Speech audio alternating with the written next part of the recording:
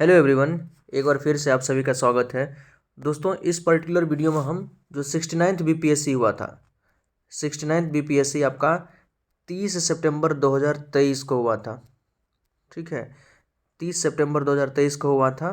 बिहार के अलग अलग सेंटर पे एग्ज़ाम हुआ था। बीपीएससी पीसीएस वाला एग्ज़ाम है और इसमें तो आप देखे होंगे कि एक ही कंबाइंड एग्ज़ाम हुआ था।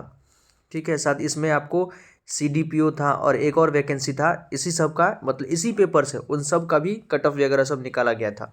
तो जो स्टूडेंट्स सबका फॉर्म भरे थे तो याद होगा कि सबका अलग अलग कट ऑफ गया था। पीसीएस का थोड़ा ज़्यादा गया था, सीडीओ पीयू वगैरह सबका मतलब कट ऑफ कम गया था। तो खैर, हम यहाँ पर ना जनरल स्टडीज़ में जो पेपर आया था उसमें हम साइंस का पेपर डिस्कस करेंगे। दोस्तों, साइंस का पेपर देखिए और 68वीं बीपीएससी 69वीं बीपीएससी का साइंस का पेपर देखिए और उससे पहले 67th और जो उससे पहले हुआ है उसका पेपर देखिए। आपको ज़मीन आसमान का अंतर पता चल जाएगा कि बीपीएससी अब जो है क्वेश्चन कैसा पूछ रही है। जैसे ही लोगों ने इधर जो स्टूडेंट्स हैं एक प्रकार से प्रोटेस्ट किया, आवाज़ उठाया कि बीपीएससी 5 ऑप्शन देती है, तो 5 ऑप्शन को जैसे ही बीपीएससी ने 4 किया, 5 को 4 कॉम्प्रोमाइज़ किया, तो ऑप्शन उनका देख लीजिए। अब यूपीएससी वाला ऑप्शन देने लगा है, बीपीएससी जो है यूपीएससी वाला ऑप्शन देने लगा है और ये तो और उससे भी ज़्यादा टफ हो गया है, ये बहुत ज़्यादा चैलेंजिंग हो गया है। खैर, बेहतर भी है। इससे क्या है कि जो भी स्टूडेंट्स जाएंगे ना अच्छे से पढ़ के, जिनका बहुत बेहतरीन तरीके से कंसेप्ट अगर क्लियर है वही इसको कर पाएंगे। और साथ ही साथ क्वेश्चन भी आप 69वीं देख लीजिए और 68वीं बीपीएससी भी देख लीजिए, दोनों बेहतरीन क्वेश्चन पूछा गया था जो आपको ये इधर उधर की किताबों में तो निश्चित है कि नहीं मिलेगा। कुछ क्वेश्चन है जो आपको एनसीईआरटी वगैरह में मिल जाएगा। तो एनसीईआरटी हम साथ ही साथ पढ़ते भी हैं, आप वहाँ से देख सकते हैं। जो यहाँ से क्वेश्चन जो कुछ कॉपी किया गया है एनसीईआरटी से वो हम आपको बताते ही हैं। और साथ ही साथ ये कुछ करंट अफेयर रिलेटेड क्वेश्चन भी पूछा गया था साइंस में। तो हम फिलहाल इसमें हम साइंस का क्वेश्चन डिस्कस करेंगे। आप पूरा वीडियो देखिए और क्वेश्चन देखिए कि किस प्रकार का पूछा गया है। इसी हिसाब से आप नेक्स्ट ईयर का भी तैयारी कर सकते हैं, चाहे आप 70वीं बीपीएससी या 71वीं बीपीएससी का तैयारी कर रहे हैं या बीपीएससी टीआरई का भी अगर एग्जामिनेशन का टीचर वाला का भी अगर दोस्तों अगर तैयारी कर रहे हैं तो उसका भी साइंस का क्वेश्चन देख लीजिए। बहुत ही अच्छा अच्छा क्वेश्चन पूछता है बीपीएससी। स्टार्ट कर रहे हैं फर्स्ट क्वेश्चन से। विच of the following technology will be enabled by the 5G mobile communication network. देखिए, जो 5G मोबाइल नेटवर्क जो है, ठीक है, उसमें से कौन सा टेक्नोलॉजी वगैरह जो है तकनीक है उससे दी जाएगी, एक प्रकार से प्रदान की जाएगी। फर्स्ट है इंटरनेट ऑफ थिंग्स, दूसरा है एज कंप्यूटिंग, थर्ड है नेटवर्क साइलेंसिंग। तो सारा 1 2 3 ऑल, ऑप्शन डी इसका करेक्ट आंसर होगा दोस्तों, 1 2 3 ऑल। 68वीं बीपीएससी का अगर आप साइंस क्वेश्चन देखना चाहते हैं तो डिस्क्रिप्शन बॉक्स में लिंक है, वहाँ जाकर आप देख सकते हैं। वो भी अच्छा अच्छा क्वेश्चन पूछा था। नेक्स्ट क्वेश्चन देखिए, साइंस के साथ साथ जो करंट अफेयर्स को भी लिंक करके इन्होंने क्वेश्चन पूछा है। ये कुछ स्पेस मिशन है और वो किस किस के लिए है, उसका जो खोज कहाँ पर एक्सप्लोरेशन करना है उससे रिलेटेड क्वेश्चन है। पहला स्पेस मिशन है कैसिनी हाइगेंस, दूसरा है जूनो। जूनो से बिल्कुल लग रहा है कि वो जुपिटर का होगा। ठीक है, तो जूनो हो गया आपका दोस्तों, जुपिटर बी का तो फर्स्ट हो जाएगा। आर्टेमिस मिशन का बहुत ज़्यादा मतलब चर्चा में रहा था लास्ट ईयर 2023 में, 22 में भी और 24 में तो इनका मिशन ही है। आर्टेमिस मिशन जो है ना, ये फिर से जैसे अपोलो 11 के बारे में आपने सुना होगा कि मनुष्य को चांद पे उतारा गया था, नील आर्मस्ट्रांग थे, एडविन गॉस्टिन थे, ये सब थे, बज एल्ड्रिन वगैरह थे। उसी प्रकार से फिर से 2024 में जो है आर्टेमिस मिशन के तहत जो है मनुष्य को चांद पे उतारा जाएगा, जिसमें एक महिला भी रहेगी, कृष्णा कोच उनका नाम है। तो ये है human space flight moon to Mars, moon से लेके मार्स तक का है जो मानव को ले जाया जाएगा। और ये है वेराइटीज मिशन। तो देखिए, ये है वेराइटीज़ जो है वीनस के लिए है, वेराइटीज़ है वीनस के लिए है। आर्टेमिस आपका हो गया ये मून के लिए हो गया, और जो जूनो हो गया हमारा जुपिटर के लिए हो गया दोस्तों। और जो कैसिनो है, Cassini Huygens, Saturn and its ring. Obviously बात है, सेटर्न और यूरेनस में जानते हो उसमें रिंग होता है, तो कैसिनो हाइजिन्स है सेटर्न और उसके लिए। तो आपका ऑप्शन हो गया फर्स्ट सही है, ये ऑप्शन सही है। ए का 2, बी का 1, सी का 4, डी का 3। थर्ड क्वेश्चन देखिए, ये भी स्टैंडर्ड क्वेश्चन है, बेहतरीन क्वेश्चन है कह सकते हैं। ये क्लास 6 में इसके बारे में फाइबर टू फैब्रिक में पढ़ाया भी जाता है। लाइनन है, क्वायर है, इस सब का चर्चा क्लास 6 में है। मोहर का भी चर्चा थोड़ा बहुत है, लेकिन डाउन का चर्चा कहीं नहीं है। ठीक है, डाउन एकदम नया शब्द यहाँ पर ला के रख दिया था। ये कुछ फैब्रिक है जिससे क्लॉथ है, फैब्रिक क्लॉथ सेम चीज़ है, उसका ओरिजिन कहाँ से होता है उसके बारे में पूछा है। तो जो लाइनन होता है दोस्तों, फ्लेक्स प्लांट, एक होता है प्लांट फ्लेक्स प्लांट, उसी से लाइनन जो है लाइनन कपड़ा बनाया जाता है। तो एक का तो 3 हो गया, एक का सीधे 3 हो गया है, एक का सॉरी 2 हो जाएगा, लाइनेन का हो जाएगा आपका फ्लेक्स प्लांट, एक का 2। फिर है क्वायर, कोकोनट, कोकोनट का जो फाइबर होता है ना, कोकोनट से जो कपड़ा बनता है कोकोनट के प्लांट से, उसको हम क्वायर कहते हैं, तो बी का 1 हो जाएगा। मोहर, मोहर देखिए दोस्तों, ये अंगोरा, मोहर जो है अंगोरा गोट, जो अंगोरा गोट होता है उससे मोहर कपड़ा बनाया जाता है। और जो है आपका डाउन है, ये टर्की है गीज से, फीदर्स ऑफ डक एंड गीज, जो डक है और गीज है उसकी फीदर से जो बनाया जाता है उसको हम कहते हैं डाउन कहते हैं। तो ये ऑप्शन आपका सी है, एक का 2, बी का 1, सी का 4, डी का 3। नेक्स्ट देखिए question number 4, consider the following statement, 4 statement दिया गया है, इसके बारे में आपको विचार करना है। बड़ा ही स्टैंडर्ड क्वेश्चन है, क्लास 11th कह सकते हैं, एनिमल किंगडम, क्लास 11th में एनिमल किंगडम से एक क्वेश्चन पूछा गया है। देखिए, taeniasis is an intestinal infection caused bye 3 species of tapeworm. Taeniasis एक इंटेस्टाइनल इन्फेक्शन है, आंत के अंदर एक इन्फेक्शन हो जाता है जो कि टेपवर्म का 3 स्पीसीज होता है, टीनिया सोलियम, टीनिया सेगेंटा और टीनिया एशियाटिका, इसके कारण कॉज होता है। बिल्कुल सही बात है, जो टीनियासिस होता है ना, ये टेपवर्म का 3 स्पीसीज इसके कारण होता है। When a cyst develop in the brain, the condition is referred to as neurocystic. Obviously बात है, इसके कारण जो सिस्ट डेवलप हो जाता है ब्रेन में उसको क्या कहा जाता है, न्यूरोसिस्टिक सर्कोसिस।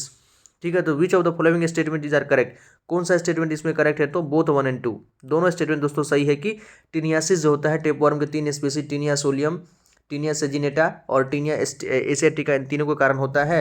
और जो सिस्ट डेवलप हो जाता है ब्रेन में ना, उसको हम न्यूरोसिस्टिक सर्कोसिस कहते हैं, याद रखिएगा, एनसीसी। हिंदी में भी क्वेश्चन है, आप इसको देख सकते हैं, सबका आंसर हम आपको बता रहे हैं। नेक्स्ट क्वेश्चन नंबर 5 देखिए, which of the following are computer language, cobra है, पाइथन है, स्क्वेरल है, जावा है, इसमें से कंप्यूटर लैंग्वेज कौन कौन है आप सब जानते होंगे, लेकिन ऑप्शन यहाँ देखिए, ओनली 1 and 2, 3, 4, 1, 2, 3 या D all of the above. तो सारा, चाहे आपका कोबरा हो, पाइथन हो, स्क्वेरल हो, जावा हो, ये सब कंप्यूटर लैंग्वेज है, ऑल ऑफ द एबव। 6, ये चीज़ देखिए, what is the full form of the GPT in chat GPT. Chat GPT बहुत ज़्यादा चर्चा में था लास्ट ईयर 2023 में।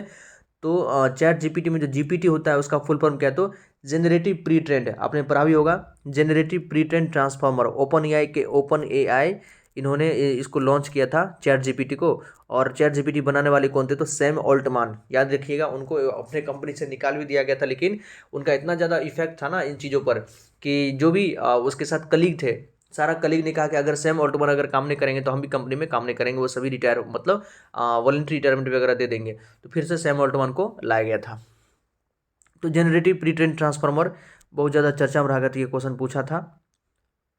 7th देखिए, अच्छा क्वेश्चन है ये, क्लास 7 में जो है कह सकते हैं कि ह्यूमन डाइजेस्टिव सिस्टम है, उसमें टंग के बारे में पढ़ाया जाता है, वहाँ से एक क्वेश्चन लिया गया है। Which of the following are not the tastes of the tongue, इसमें से टंग का, हमारे जीभ का कौन सा स्वाद नहीं है। स्वीट होता है, बेटर होता है, सॉल्टी होता है, ठीक है, स्पाइसी नहीं होता दोस्तों, स्पाइसी कोई टेस्ट नहीं है, भले ही हमको लगता है वो मिक्स कह सकते हैं, लेकिन हमारे टंग के अंदर ये नहीं है। उमामी भी नहीं होता है, सावर होता है, स्वीट, साल्टी, बीटर, ये सावर होता है, और ये स्पाइसी, उमामी वगैरह नहीं होता है, पंजेंट भी नहीं होता है। हमसे पूछा है कौन नहीं है, तो देखिए, एक तो स्पाइसी नहीं है, पंजेंट नहीं है, उमामी नहीं है, तो जहाँ 4, 7, 5 ऑप्शन होगा वही हमारा सही होगा। 4, 5, 7 वाला, तो 4, 5, 7 वाला कोई ऑप्शन नहीं है, लेकिन 4, 7 वाला एक ऑप्शन है, तो सी ऑप्शन हमारा करेक्ट होगा। याद रखिएगा, 4, 7 स्पाइसी और पंजेंट जो है हमारे टंग का स्मेल नहीं है, हमारे टंग का टेस्ट नहीं है, सॉरी, टंग का टेस्ट नहीं है। पंजेंट क्या होता है, स्मेल होता है, पंजेंट क्या है आपका, स्मेल है। 8 देख लीजिए, बहुत ही शानदार क्वेश्चन है, क्लास 12 के एनसीईआरटी से लिया गया है। Which of the following pairs are correctly matched, इसमें से कौन सा पेयर है जो करेक्टली मैच्ड है, आपको बताना है। एनोरेक्सिया किसको बोलते हैं, इंसोम्निया किसको बोलते हैं, डिस्पनिया किसको बोलते हैं, और एनोस्मिया किसको बोलते हैं। देखिए, एनोरेक्सिया ये स्लीप डिसऑर्डर नहीं होता है। एनोरेक्सिया क्या होता है ना, एनोरेक्सिया नर्वोसा कहा जाता है।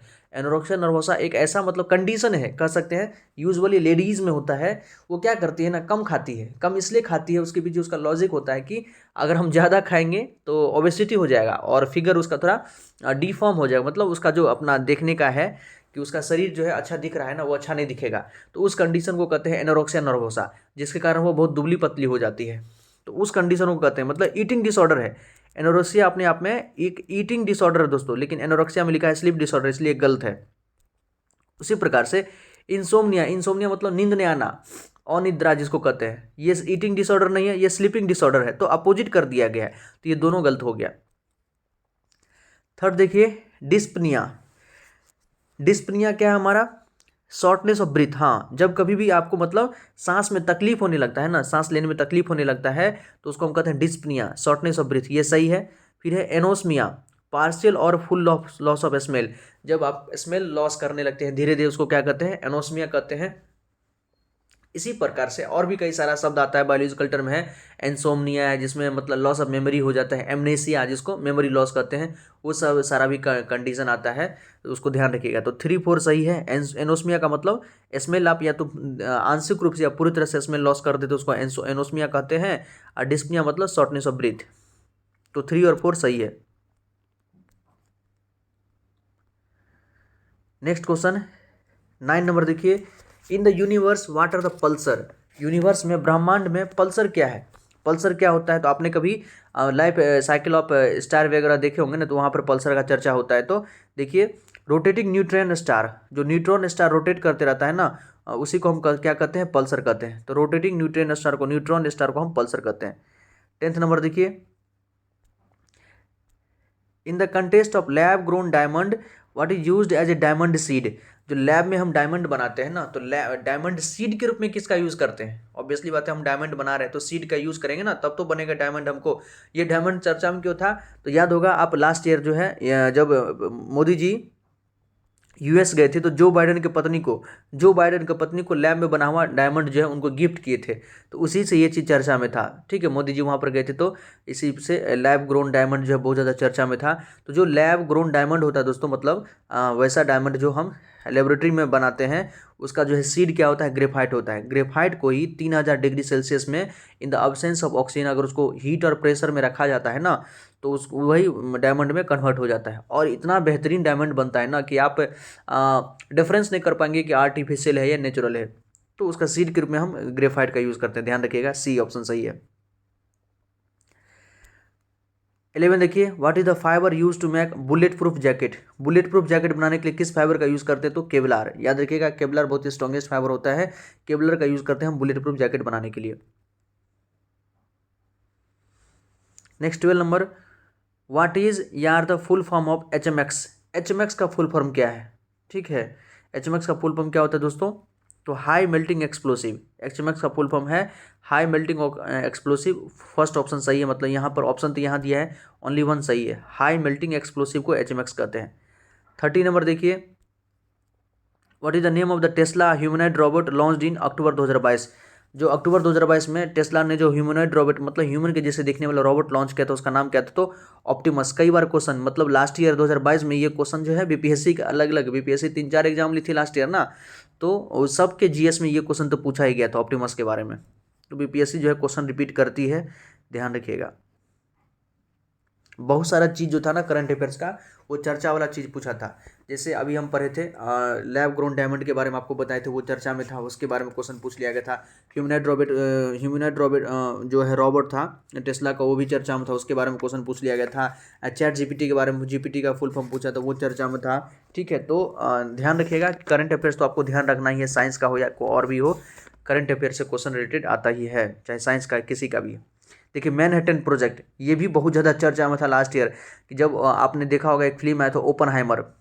ठीक है, न्यूक्लियर बम पे बेस्ड था फिल्म, जो पहला परमाणु बम बनाया गया था ओपनहाइमर, तो उसी पे बेस्ड था, उसी में चर्चा हुआ था मैनहट्टन प्रोजेक्ट का। ये ओपनहाइमर थोड़ा कंट्रोवर्शियल फिल्म रहा था, भागवत गीता वगैरह का चर्चा था इसमें, आपने हो सकता है न्यूज़ सुना होगा।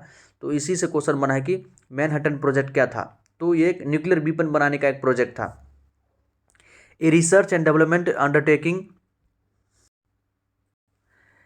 Date produce the first nuclear weapon. मतलब जो एक रिसर्च वगैरह था, अनुसंधान था, जिसने पहला जो है परमाणु हथियार का उत्पादन किया था। ठीक है, a research and development undertaking that proved the first nuclear weapon. Nuclear weapon, पहला जो न्यूक्लियर वेपन बनाया गया था, उसके लिए जो रिसर्च वगैरह डेवलपमेंट सब हुआ था, उसी का प्रोजेक्ट था मैनहट्टन प्रोजेक्ट। मैनहट्टन कहाँ पर है? तो न्यूयॉर्क में है, जगह है मैनहट्टन। 15 नंबर देखिए, ये तो क्लास 10th के एनसीईआरटी से दिया गया है। तो हम आपको 6 का भी दिखाएं, 7th का भी दिखाएं, 10th का भी है, इसी प्रकार से 9th का भी क्वेश्चन है, 11 12 का तो भरा पड़ा है। The image formed by concave mirror is real. देखिए जो इमेज बन रहा है कॉनकेव मिरर से वो रियल है, साथ ही साथ इन्वर्टेड है, and the same size as that of the object. Same size, जो इमेज का साइज है ना वो ऑब्जेक्ट के साइज के बराबर है। तो ये कब बनता है? जब ऑब्जेक्ट को हम सेंटर ऑफ कर्वेचर पर रखते हैं। आपने पढ़ा होगा कॉनकेव मिरर में, ये अगर सेंटर ऑफ कर्वेचर है, यहाँ अगर किसी ऑब्जेक्ट को हम रख देते हैं तो इसका इमेज एग्जैक्ट यही बनता है और सेम साइज का बनता है, इन्वर्टेड बनता है, रियल बनता है। तो ये क्या हो गया हमारा? Centre of curvature. कहाँ हो गया? सेंटर ऑफ कर्वेचर पर। बी ऑप्शन सही है। 16 number, a photoelectric cell is a device which. ये भी क्वेश्चन रिपीटेड क्वेश्चन है, कई बार पूछा गया है। फोटो इलेक्ट्रिक सेल क्या करता है? तो जो लाइट एनर्जी को इलेक्ट्रिक एनर्जी में कन्वर्ट करता है। 16 का ए सही है। नेक्स्ट देखिए 17 नंबर, ये केमिस्ट्री से रिलेटेड क्वेश्चन है, कह सकते हैं कि 9th में इसका चर्चा है, कंसंट्रेशन ऑफ सॉल्यूशन के बारे में। The amount of solute present per unit volume और per unit mass of the solution या सॉल्वेंट इज नॉन एज। देखिए कितना सॉल्यूट प्रेजेंट है किसी भी पर यूनिट, मतलब पर यूनिट वॉल्यूम ले लीजिए, पर यूनिट मास ले लीजिए अगर सॉल्यूशन का या सॉल्वेंट का, उसको हम क्या कहते हैं? ये तो डायरेक्ट डेफिनेशन है, इसको कहते हैं कंसंट्रेशन ऑफ सॉल्यूशन। कोई भी सॉल्यूशन हमारा कितना कंसंट्रेटेड है तो उसमें कितना अमाउंट ऑफ सॉल्यूट है उसे हमको पता चल जाता है। तो the concentration of solution. 18 number, कोविड-19 तो बहुत ज़्यादा चर्चा में था, उससे रिलेटेड क्वेश्चन पूछा है। How do covid vaccine stimulate N immune response. जो कोविड-19 का वैक्सीन हम लोग जो लिए हैं, ठीक है, वो हमारे अंदर इम्यून रिस्पॉन्स किस प्रकार से उत्तेजित करता है। ठीक है, तो देखिए ये क्या करता है ना, by introducing live attenuated SARS-CoV-2 virus. हमारे अंदर जो है, हम जैसे ही कोविड-2 वायरस अंदर प्रवेश कराते हैं तो हमारे अंदर लाइव एटेन्यूएटेड का मतलब एक तो जिंदा, जो समझिए कि आपके अंदर कोरोना वायरस जिंदा डाला गया है, लेकिन एटेन्यूएटेड मतलब डिजार्व्ड, उसको इस स्टेज में डाला गया है कि वो हमारे अंदर कोई बीमारी नहीं कॉज कर सकता है। तो हमारे अंदर वायरस चला गया, हमारा इम्यून सिस्टम खुद उसके खिलाफ एंटीबॉडी बनाएगा दोस्तों, और वो चूंकि बीमारी हमारे अंदर नहीं कॉज कर सकता है। एटेन्यूएटेड का मतलब उसको वीक कर दिया जाता है, मतलब कमजोर कर दिया जाता है। जिंदा रहता है लेकिन कमजोर रहता है, इसलिए इसको कहते हैं जीवित लेकिन वीक। लाइव का मतलब जीवित होता है, एटेन्यूएटेड का मतलब वीक। वीक करके वायरस को हमारे अंदर डाल दिया जाता है और हमारे बॉडी में ये पोटेंशियल होता है कि खुद वो एंटीबॉडी बना लेता है। ठीक है, तो कोई भी वैक्सीन ऐसे ही काम करता है। नेक्स्ट है 19, विच of the following liquid is a bad conductor of electricity. कौन सा इसमें से लिक्विड है जो इलेक्ट्रिसिटी का बैड कंडक्टर है? बड़ा ही शानदार क्वेश्चन है, क्लास 10th का NCERT acid base and salt chapter से। पिछले बार 69th बीपीएससी में दोस्तों इससे 7 क्वेश्चन पूछा था एक चैप्टर से। आप देख लीजिएगा, इसका डिस्क्रिप्शन बॉक्स में लिंक भी है, हमने उसमें बताया भी है सारा क्वेश्चन, और इवन प्रूफ भी दिखाया कि एनसीईआरटी में कहाँ कहाँ से क्वेश्चन पूछा है। तो क्लास 10th के एनसीईआरटी से एसिड बेस सॉल्ट अगर नहीं पढ़े तो उसका भी डिस्क्रिप्शन बॉक्स में हम लिंक दे दिए हैं, एक बार जरूर जाकर उसको पढ़िए। अगर इंग्लिश में पढ़ने में परेशानी होता है तो आप कमेंट सेक्शन में लिखिए, हम हिंदी में उसको अच्छे से आप बता देंगे। क्योंकि एक चैप्टर से 7 क्वेश्चन पूछना, और फिर देखिए 2000 जो है 69वीं बीपीएससी में भी क्वेश्चन को रिपीट किया है। 68वीं में 7 क्वेश्चन और 69वीं में 1-2 क्वेश्चन तो पूछा ही है। एक क्वेश्चन पीछे भी दिखाएं अभी हम, वो भी वही एसिड बेस एंड सॉल्ट से ही है। तो ये क्वेश्चन जो है acid base and salt chapter से बड़ा ही कंसेप्चुअल है, थ्योरेटिकल है, बहुत सारा क्वेश्चन पूछा जा सकता है। तो ध्यान रखिए, उस चैप्टर को अच्छे से पढ़ लीजिए, आपका बहुत सारा कंसेप्ट क्लियर हो जाएगा। देखिए कौन सा लिक्विड है जो इलेक्ट्रिसिटी का बैड कंडक्टर होगा? देखिए साल्टी वाटर, साल्टेड वाटर मतलब नमकीन पानी। तो नमकीन पानी दोस्तों कभी भी बैड कंडक्टर नहीं होता, ये गुड कंडक्टर होता है, क्योंकि उसके अंदर बहुत सारा फ्री आयंस होता है। तो ये तो हो नहीं सकता है। ऑरेंज जूस के अंदर सिट्रिक एसिड होता है, और एसिड हमारा गुड कंडक्टर इलेक्ट्रिसिटी है। लेमन जूस के अंदर भी सिट्रिक एसिड होता है, ये सब गुड कंडक्टर इलेक्ट्रिसिटी है। None of the above, answer क्या होगा हमारा? डी होगा, नन ऑफ द एबव। बड़ा ही शानदार क्वेश्चन है, इस बार 2 क्वेश्चन पूछा है एसिड बेस एंड सॉल्ट से क्लास 10th एनसीईआरटी, और लास्ट ईयर 7 क्वेश्चन पूछा है बीपीएससी में, पीसीएस में। ठीक है, और टीआरई में तो पूछ ही रहा है कई सारा क्वेश्चन, आपको लाइव के साथ हम दिखाए हुए हैं, आप जाके देख सकते हैं, डिस्क्रिप्शन बॉक्स में लिंक है। नेक्स्ट है, ये देखिए 12th के एनसीईआरटी से पूछा है, the DNA double helix structure was discovered by. DNA का जो डबल हेलिक्स स्ट्रक्चर है, ये जो स्ट्रक्चर है डीएनए का, इसको किसने डिस्कवर किया था? तो Watson and Crick, James Watson and Francis Crick, James Watson and Francis Crick ने इसको डिस्कवर किया था, double helix model of DNA. 21 देखिए, 2 object of different masses falling freely near the surface of the moon. कह रहा है 2 object है, मास लगभग सेम है दोनों का, लेकिन मून के सरफेस पे फॉल कर रहा है। तो बताइए किसी भी पॉइंट पर सरफेस ऑफ मून वुड, तो क्या होगा, किसी भी पॉइंट पे उसका वेलोसिटी वगैरह क्या होगा, हैव डिफरेंशियल एक डिफरेंट एक्सेलरेशन। बिल्कुल गलत बात है दोस्तों। मून के सरफेस से किसी प्रकार का कह सकते हैं कि एटमॉस्फेयर है ही नहीं, तो रेसिस्टेंस पैदा करने वाला है ही नहीं, तो दोनों साथ ही साथ गिरेगा। मास सेम हो या कुछ भी हो, साथ ही साथ गिरेगा। Undergo A change in their inertia, क्या इनर्शिया चेंज होगा, नहीं, बिल्कुल नहीं इनर्शिया चेंज होगा, क्यों मास सेम है तो इनर्शिया सेम रहेगा। Have same velocity at any instant, किसी भी टाइम आप देखेंगे ना तो उनका वेलोसिटी सेम ही होगा। Experience force of same magnitude, same magnitude का फोर्स एक्सपीरियंस करेगा। तो ये हमारा सी ऑप्शन करेक्ट है। ठीक है, 21 का सी, फिजिक्स का क्वेश्चन है, क्लास 9th कह सकते हैं। 22 देखिए, ये भी बहुत बेहतरीन क्वेश्चन है। ये एकदम कह सकते हैं कि नया क्वेश्चन है दोस्तों। ये क्वेश्चन ना चर्चा कहीं नहीं है, ये रिसर्च पर बेस्ड है। How do vector vaccine work to provide immunity, vector vaccine हमारे अंदर इम्यूनिटी कैसे प्रोवाइड करता है। वेक्टर वैक्सीन है, देखिए दोस्तों, ये वेक्टर वैक्सीन है, तो ये क्या करता है ना, बाय इंट्रोड्यूसिंग ए वीकेंड और inactivated virus into the body, ये नहीं, ये तो नॉर्मल वैक्सीन ऐसे काम करता है, ये नहीं। By directly attacking and destroying pathogen, ये ऐसा तो होता ही नहीं है वैक्सीन में। सी देखिए, by placing the virus in A modified version of a different virus, बिल्कुल। क्या होता है ना, वेक्टर वैक्सीन के रूप में हम क्या करते हैं, हमारे जो सेल होता है वो वैक्सीन जो उसके पास अपना कोई एंटीजन नहीं होता है, वायरस का कोई एंटीजन नहीं होता है, तो वो दूसरे वायरस का लेकर एंटीजन तब जाके एंटीबॉडी हमारे अंदर तैयार करता है। तो वायरस को किसी भिन्न वायरस के संशोधित कह सकते हैं वर्जन में रखकर ही अपना काम करता है। तो सी ऑप्शन करेक्ट है, बड़ा ही शानदार क्वेश्चन है। 23 देखिए, the process that continually add new crust, ये कह सकते हैं इन्वायरमेंट से रिलेटेड क्वेश्चन है। वो कौन सा प्रोसेस है जो लगातार नया जो है क्रस्ट कह सकते हैं कि नई परत जोड़ता है, उसको हम क्या कहते हैं, इसको कहते हैं sea floor spreading. Sea floor spreading, याद रखिएगा, sea floor spreading, the process that continually add new crust is sea floor spreading. 24 देखिए, द थ्योरी दैट स्टेट, वह कौन सा थ्योरी है जो बताता है pieces of the earth crust are in constant slow motion, जो अर्थ का क्रस्ट है ना, अर्थ क्रस्ट का जो अलग अलग पीसेज है, ये कॉन्स्टेंट मतलब लगातार जो है धीरे धीरे मूव कर रहा है, driven by movement in the mental. और कैसे, तो मेंटल में मूवमेंट जो हो रहा है ना, उसके कारण हमारा अर्थ का क्रस्ट भी मूव कर रहा है। ये कौन सा सिद्धांत बोलता है, तो बड़ा ही सिंपल है, the theory of plate tectonic, plate tectonic का थ्योरी ये बात बोलता है, आपने ज्योग्राफी में भी पढ़ा होगा। 24 का सी। 25 देखिए, ये भी बायोलॉजी से रिलेटेड क्वेश्चन है। What is the expanded form of the term mRNA, ये mRNA वगैरह tRNA mRNA ये सब rRNA क्लास 12th में ही पढ़ाया जाता है, मोलिकुलर बेसिस ऑफ इनहेरिटेंस में। That has been widely discussed since the beginning of the pandemic, मतलब कोविड से रिलेटेड 3-4 क्वेश्चन पूछ चुका है। ठीक है, SARS-CoV-2 के बारे में पूछा था, वेक्टर वैक्सीन के बारे में पूछा था, मैसेंजर RNA के बारे में पूछा था, कह सकते हैं कि DNA डबल हेलिक्स स्ट्रक्चर के बारे में पूछा है, तो 3-4 क्वेश्चन पूछ लिया वहाँ से, मतलब जो चर्चा में उससे तो रिलेटेड क्वेश्चन पूछेगा। तो mRNA का फुल फॉर्म होता है मैसेंजर राइबोन्यूक्लिक एसिड, याद देखिए दोस्तों, mRNA M4 क्या होता है, मैसेंजर, RNA का मतलब राइबोन्यूक्लिक एसिड, तो मैसेंजर राइबोन्यूक्लिक एसिड। 26 देखिए, N AC current can be produced by, कौन है जो एसी करंट प्रोड्यूस करेगा, चॉक कॉइल नहीं, डायनमो एसी करंट प्रोड्यूस कर सकता है। ट्रांसफार्मर तो आप जानते हैं कि वोल्टेज को अप डाउन करने का काम करता है।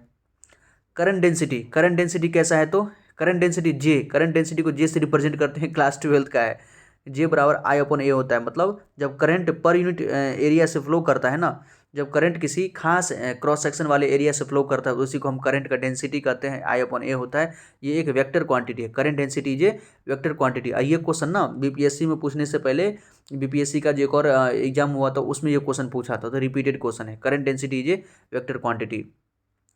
याद रखिएगा, करंट अपने आप में एक स्केलर क्वांटिटी है, क्योंकि वो वेक्टर एडिशन को फॉलो नहीं करता है, स्केलर एडिशन को फॉलो करता है, लेकिन करंट का डेंसिटी जो होता है ना वो वेक्टर क्वांटिटी है। 27 का बी। 28 देखिए, what is the basis of most useful classification of medications in medical chemistry, मतलब मेडिकल केमिस्ट्री में जो दवाओं का जो एक प्रकार से क्लासिफिकेशन वर्गीकरण किया गया है, वो किस आधार पर, मतलब किस आधार पर सबसे ज़्यादा यूजफुल है, सबसे ज़्यादा यूजफुल वो किस आधार पे है, तो उसका मॉलिक्यूलर टारगेट क्या होता है, जो मॉलिक्यूलर मतलब मॉलिक्यूलर लक्ष्य क्या होता है, उसके बेसिस पे वो काम करता है। ठीक है। 29 देखिए, which of the following slows down the reaction rate, आपने पढ़ा होगा इनहिबिटर के बारे में। इनहिबिटर ये इस प्रकार का कैटलिस्ट होता है जो हमारे रिएक्शन के रेट को कम कर देता है, तो इनहिबिटर होता है। यहाँ इनहिबिटर कहीं नहीं है, पहला क्या है, कैटालाइटिक प्रोमोटर, प्रोमोटर तो बढ़ाएगा, होमोजेनस कैटलिस्ट, कैटलिस्ट हमेशा या तो बढ़ाता है, हेट्रोजीनस कैटलिस्ट ये भी रिएक्शन रेट को बढ़ाता है, ठीक है, तो none of the above, D, ठीक है। या तो इनहिबिटर रहता तो वो सही हो जाता, इनहिबिटर नहीं है तो हमारा कोई आंसर नहीं होगा, नन ऑफ द एबव। 30 देखिए, input and output nerves meet at, जो इनपुट नर्व और आउटपुट नर्व कहाँ मीट करता है, तो सेंट्रल नर्वस सिस्टम में, लीवर में तो ना, हार्ट में नहीं, क्योंकि लीवर से एक क्या कर सकते हैं कि सेंसरी जाएगा और मोटर आएगा, मीट कहाँ करता है तो सेंट्रल नर्वस सिस्टम में जो थैलमस पोजीशन होता है वहाँ पर जाके ये मीट करता है, ठीक है, 30 का बी। और इसके अलावा दोस्तों ये सब तो करंट अफेयर से क्वेश्चन आ जाता है आगे 31 से रिलेटेड, और जैसे जेंडर गैप रिपोर्ट, ये तो वर्ल्ड इकोनॉमिक फोरम, ये भी चर्चा में था, 127 रैंक था अपना इंडिया का। तो ये कुछ क्वेश्चन था, हमने आपको साइंस का क्वेश्चन डिस्कस किया है, और ये 69वीं का क्वेश्चन है दोस्तों, आप जाके 68वीं का क्वेश्चन देख सकते हैं, और एसिड बेस चैप्टर पढ़ लीजिए, उससे 7 क्वेश्चन पूछा है लास्ट ईयर, और इस बार 2 क्वेश्चन पूछा, मतलब 2023 में 2 क्वेश्चन पूछा है, और फरवरी में ही हुआ था 69वीं बीपीएससी, 68वीं बीपीएससी, उसमें 7 क्वेश्चन पूछा था। तो आप उसको पढ़िए, कोई क्वेरी हो तो कमेंट सेक्शन में जरूर पूछिएगा। आपको ये वीडियो कैसा लगा दोस्तों, उसके बारे में बताइएगा। धन्यवाद।